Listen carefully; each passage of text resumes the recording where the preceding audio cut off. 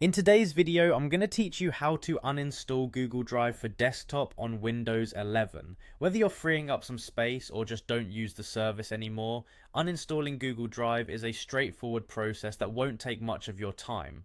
Let's walk through it together. To start, we need to open the settings on your computer. You can do this quickly by pressing the Windows key and the letter I on your keyboard at the same time.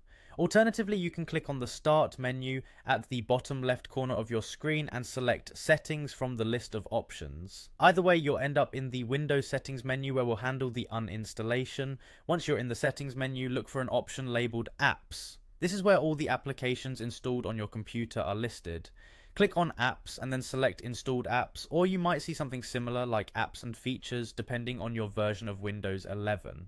This section displays all the programs you've installed on your device. Now, you'll need to locate Google Drive in this list. You can either scroll through the list manually or use the search feature. There's usually a search bar at the top of the screen where you can type Google Drive, which should narrow down the list significantly and make it easier to find.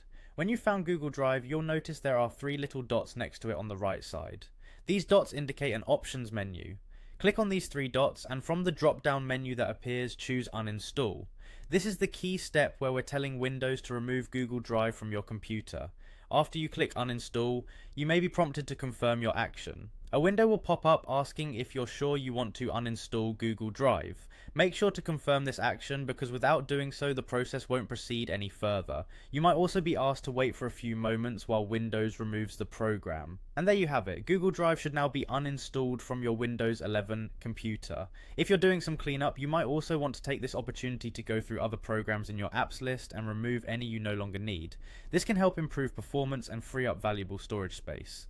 Thank you for watching this tutorial. I hope it helped you successfully uninstall Google Drive for desktop. If you have any questions or need further assistance, feel free to leave a comment below or check other helpful guides we have on our channel. Have a great day.